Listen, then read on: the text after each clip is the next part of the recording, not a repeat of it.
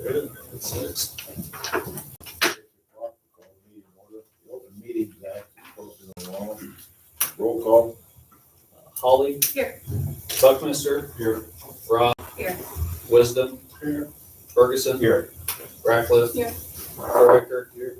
Layden. Here. Stand for the pledge. Allegiance to the flag of the United States of America and to the republic for which it stands, one nation, under God, indivisible, with liberty and justice for all. I don't have no report. City administrative report. Yeah, provided a written report, kind of summarizing some of the components within August, which we closed on the senior center. So we received payment for that. That'll be put into offsetting budgets this cycle. Housing board is going to be meeting, I believe actually next week, to review the rural workforce housing applications and get that a recommended approval of award, or not award, recommend that application, get to council so we can get that submitted to CNAC to get that project moving along. As far as financials go, we'll have budget committees getting pulled together. Airport finalizes their stuff next week, and committees will pull together for what we have, get that reviewed. Plan to hopefully have it here for the 16th. Get notices out for the 16th. If not, we'll potentially have a special meeting, I think the 23rd, whatever that next Monday would be. We'll try to cycle all that through and get that done by the 16th at a regular meeting. We will still have to have the special hearing, so it'll be the 30 minutes before having the special hearing. On the HR side, we have job listings out right now for operator or assistant operator at the power plant. The Parks and Rec director is out. We're going to be looking for a new custodial worker that's housed down at Pritchard, and we're looking for a utility bookkeeper right now. We'll be losing one here in the city hall. So those are out right now for advertisements. I wanted to highlight an update on the kind of the housing and vacant property stuff within the agenda. We have a few link components to look at, but Blake Buckner put together a little summary. Right now we got about 61 properties on the vacant property registration list. Of those, 24 of those properties were actually demolished through either our in lieu of litigation agreements or voluntary demolition by the property owners. There's additional funding process. So just kind of an update there. All those are within the module that's built into the website. So if you go to the Fix It FC on the main website, you can see what those properties are and where they're at, kind of dispersed across town. The demo of the property at 18 and 17.5 Stone through the state grant, that was just completed next to the Wood Eye bar on the west side of Stone Street there.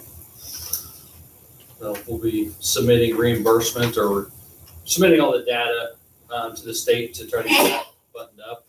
They're working on fixing the skin. The remaining, where the adjoining walls were for those buildings, have to get closed in for the requirements for SHPO with that grant. So on the public works side, we just completed, you may have seen a little car running around town with the camera on top of it. Looks kind of like when Google Earth runs around.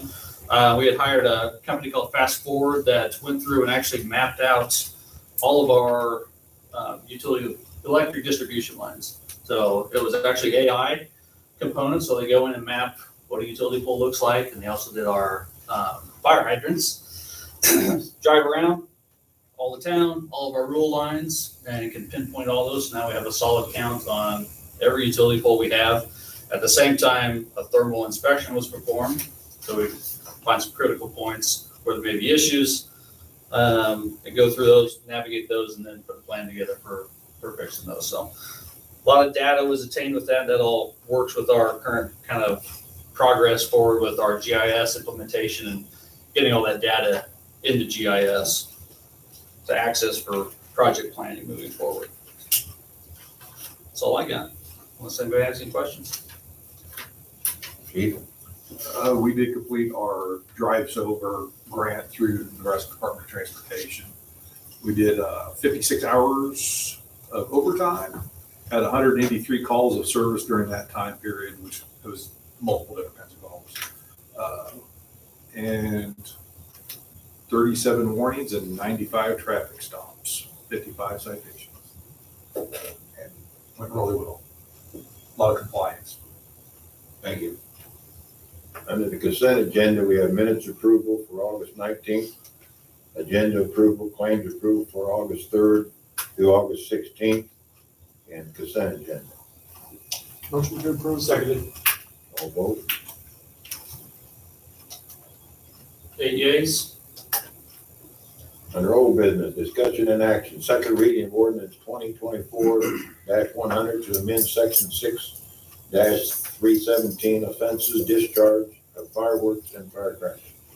All right, I'll do the second reading. Ordinance number 2024-100, an ordinance to amend section 6-317 offenses, discharge of fireworks and firecrackers of the Falls City Municipal Code to provide for dates and hours fireworks and firecrackers may be discharged, lit, or ignited, to repeal conflicting ordinances in said section, to provide for an effective date.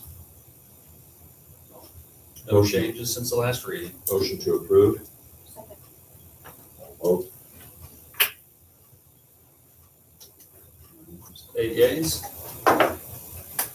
We're going to old business number 2, resolution rescinding resolution 2024-R105 and authorizing the submittal of a termination letter regarding memorandum of understanding with Richardson County for the transfer of 911 calls to a secondary public safety entrant. All right, we talked about this briefly at the last meeting, but essentially our memorandum that we had, or MOU with the county, with them being called out as being a secondary answering point, was denied by the advisory committee, or 911 advisory committee. So essentially that MOU is null and void at this point in time. So this would be a resolution to rescind that MOU, provide the termination letter. Within the MOU, it said to have a 60-day termination timeframe, but essentially the letter that's in this just says to do it immediately because they're not a PSAP, so nothing can happen with transferring those calls. With that, we revised those call procedures to accommodate not submitting that data and how they would have been if they were a secondary PSAP. So those are drafted in with this. There's a copy on your desk or in front of you guys. There's some revisions on what was sent out. If you flip it over, there's a red line just on a few sentences that Chief worked out with Sheriff Hardesty on some language change with that. So the sheriff has went through and reviewed their piece, and we'll do a sign off on that, but that'll implement those procedures as we move forward with how we handle the 911 and do dispatch for Richardson County with their own dispatchers. And he's been presented the corrected version of it, so he'll sign off on it and return it, and then we'll put it in our policy procedure.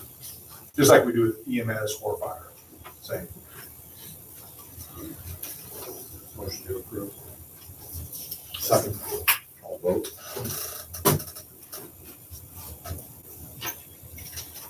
right. 8 yeas.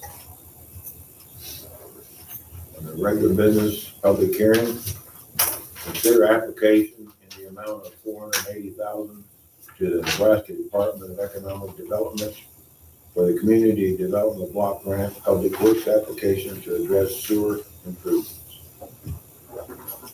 All right, there's a lot of paperwork that was in this grant or in the Save a tree. council agenda that went out. These are all the documents to essentially get mayor authorization to execute to submit the grant. So we'll work with SEND. Brittany's here tonight with us. Brittany McCullough with SEND, which is one of the CDBG grant administrators. So they're working that piece for us, which we're contracted with SEND to do that. So they're diligently working through that with us for that submittal. So this public hearing, we'll have a execution for a contract for the engineer that'll be coming up after this. There is a revision on the amount. So the engineering, typically our engineering we follow state procurement for our engineers. So like Miller and Associates typically does most of our water sewer. If they're not assessed to the properties and under a certain value, we can just go direct with that component, so we don't put out an RFQ. Fed requires a full RFQ, so we did not follow that process because this design work was already componently pulled together. So we pulled that component out of the budget. So the revised amount will be, I think, $458,000 with a $107,000 match for the project. So that's to do everything within the project, completed the grant administration component that gets paid to SIN for that submittal, and then we would still have the engineering component, which is like $32,500 and some change if we want to have them do on-site observation. So the contract we'll have for that engineering work will be in the secondary items, so we can talk about it more then. So that would be our commitment components of $107,000 that would be put in out of the capital improvement funds or sewer match funds into this type of budget.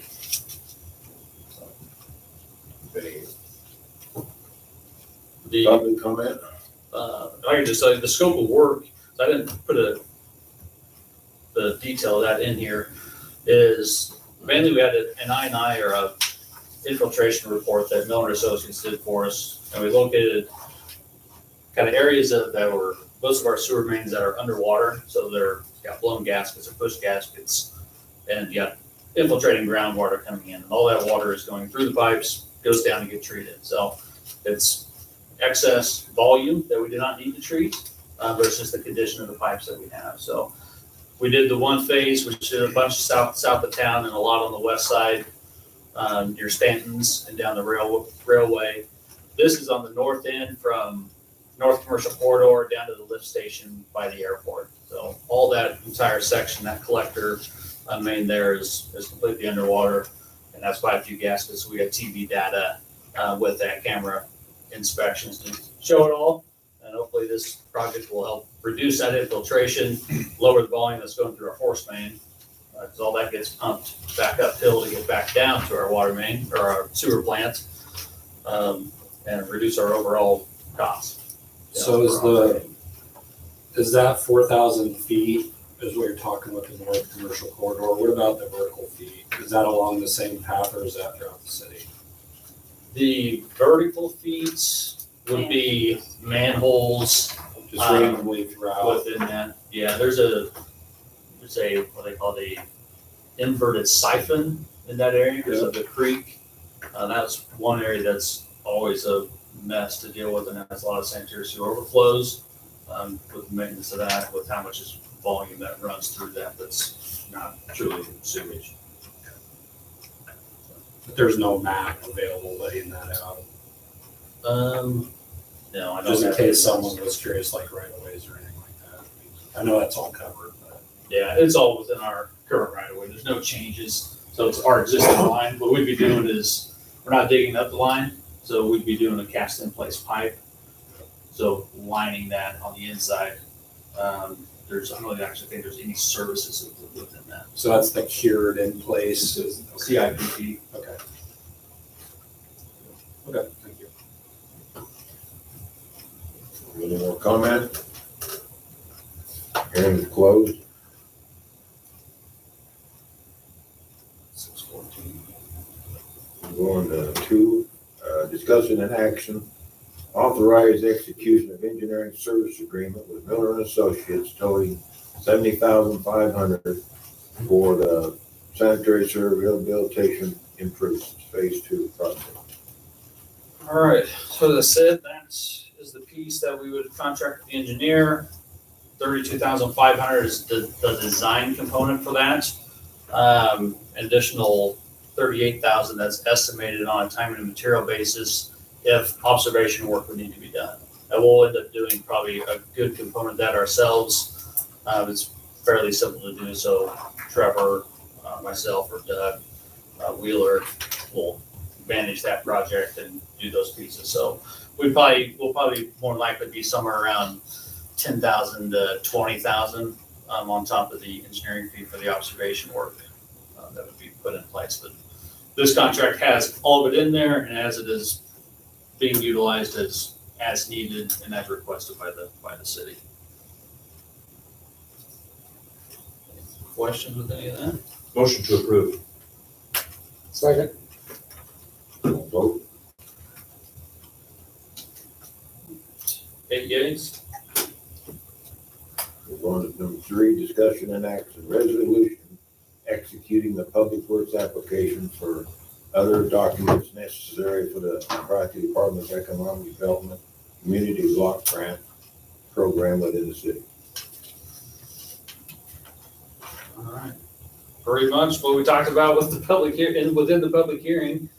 This is provide authorization to go those next steps. The grant is completely due in a week and a half or so. So we still got quite a few things to button up on it, get these executed, finalize some narratives, and get that out the door. Motion to approve. Second. Vote. 8 yeas? 4, discussion and action, request to approve an additional 1% allowable growth percentage to the restricted funds authority of the fiscal year 2024 and 2025. All right, there's some documents in your packet for this. This is part of the budget components. So typically annually, we look at the 1% allowable growth increase. As that moves into next year, this will likely go away with LB 34 that passed. Our restricted authority, I want to make sure people understand our restricted authority is not raising taxes. So it's the access to that growth and how that compounds over time. So last year, our restricted funds authority was about 3.9 million overall. Our tax ask was $750,000, which is our typical that we asked for offsetting for library, public safety, and Parks and Rec, and then the other balance comes from your sales tax dollars that come in to offset that. But if you don't put through the additional 1%, you always have 2.5% growth allowed. You put the 1% in overall in time, that's compounded and increases that authority. So you could potentially access that upon a vote of the public for a project that they would want to have that would be of public nature. So this would increase it to 4 million, around 4,039,000. If you took the 1% out, you'd be right about 4 million. So it's just kind of how that works. So next year's 1%, just keeps going on for each of those years. Typically, it takes a vote of 6 to do that. It will have zero implication on the budget, just as authority components that's there. Like I said, that may just end up going away, and it'll be 3-4. Maybe. Maybe. Motion to approve. Second. All right, I got Ferg on the motion. Who was my second? Wisdom? Perfect. All vote. All right. 8 yeas? Discussion and action, authorization to execute an agreement for the safety management services with Kansas Municipal Utilities. All right, so this is a component we're looking at for a bit of time as we looked at other training components out of KMU. We have a safety committee that we have internally, management staff and supervisor staff and IBW staff also on that. We do a monthly components. It's been very lax with the time to get it done. And when I gathered the information they gathered before that, just never got a lot of information out of it. So I reached out to KMU to see what they had, and they actually offer a full safety program. So they come in, they have multiple tiers. What they recommended for the city would be a level 3 tier, which actually they come in and do monthly training with staff that'll cover from utilities to office staff. So they broadly put that together. They work with management staff to build that, and the council or whatever we would want to build into those. In addition to that, they provide the management of our safety committee. So they'll direct that component, get that in place, everything that we have for insurance and all those requirements. In addition to that, within it, they'll do audits throughout the city. So at our audits at our plants, in our field operations, rec facilities, whatever those would be. So about $23,000 annually to get that done. I think is a good benefit for the city. We have a lot of work comp claims. We're actually getting dropped on our work comp. So we're searching for new work comp right now due to on-job injuries. And those values that has been expended on those. I think it's a good step to move forward with to help offset those things and show we're being proactive as we go into those next stages and try to reduce those work comp claim components. Does this also address, when we were talking with Jack Banger and them with bringing in students, some of the safety precautions that we'll see non-city staff being a part of, or how are you handling the training with them for safety? Is that gonna be outside of the scope of this, or is it?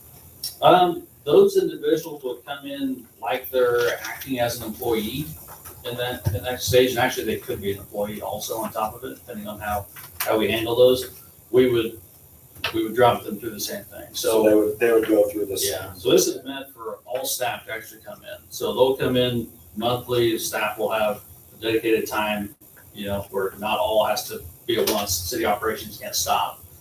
So they have it staggered. So like, well, we'll have field staff at this point in time, and we'll have a 2-hour component or 4-hour component and a sign off from all the employees. Ones that can't attend that actually didn't have that information through a web module. They go in, complete it, get their certificate, and it goes through that process. And then KVU manages and holds that data for us forever. So they'll be sending multiple trainers. If they're coming in twice a month, will we be doing multiple departments within the same time frame? Each month. We're only getting 2 sessions a month. Yeah. They will hit every department. So that will be a pretty extensive day. Yes.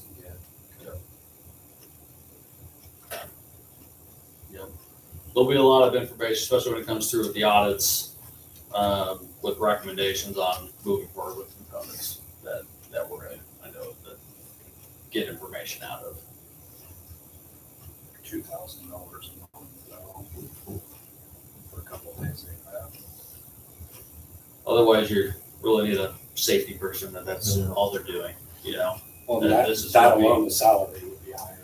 Probably Yes. double, Yeah. You'd be well over that. I'd second. Vote.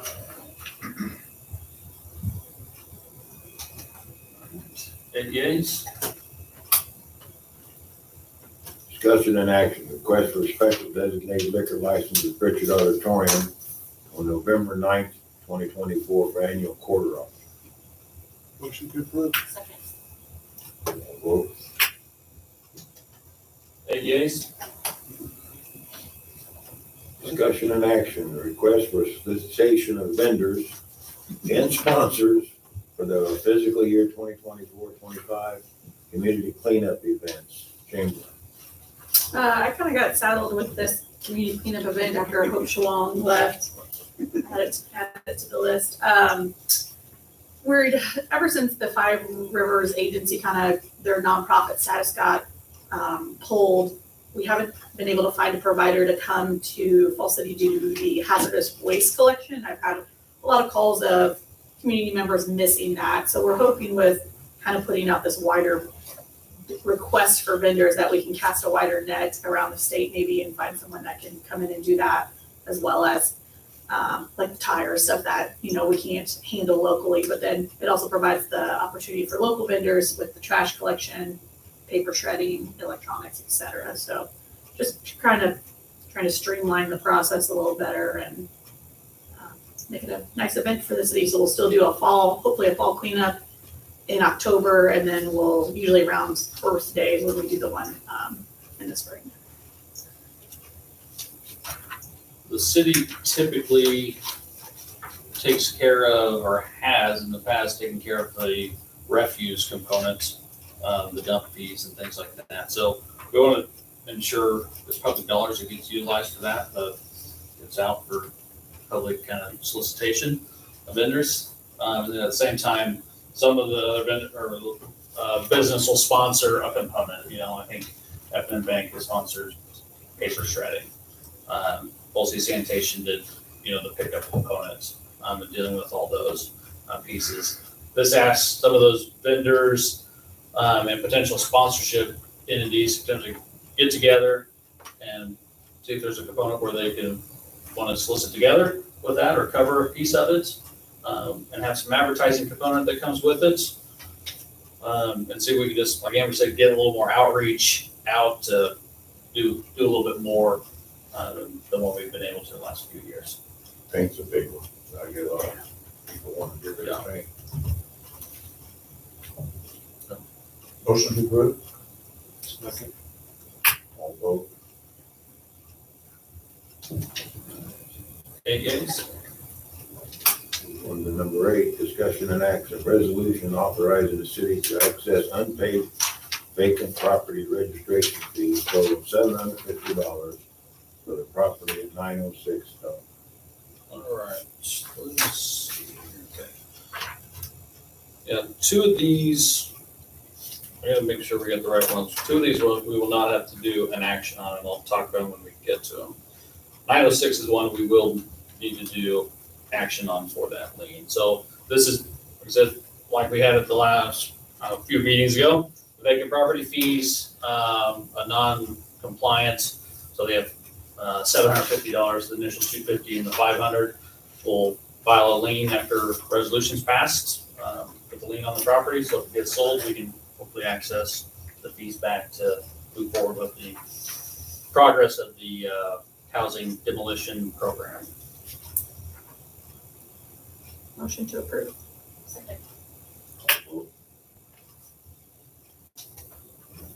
Hey, yeas? Number 9, discussion and action, resolution authorizing the city to accept unpaid vacant property registration fees totaling $750 for the property at 1701 Wilson. Same thing, different property. Motion to approve. Second. All vote. Hey, yeas? 10, discussion and action, resolution authorizing the city to access unpaid vacant property registration fees totaling $750 for the property at 1024 Chase.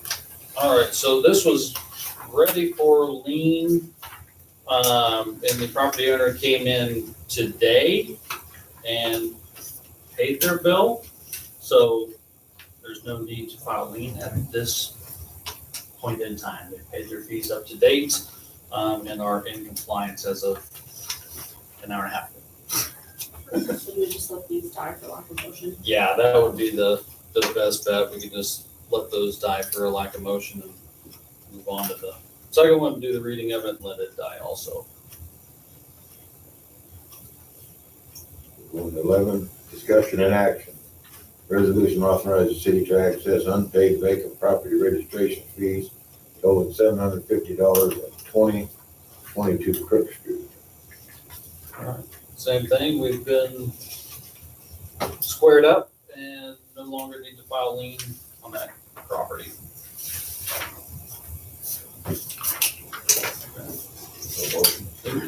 Cindy, the agenda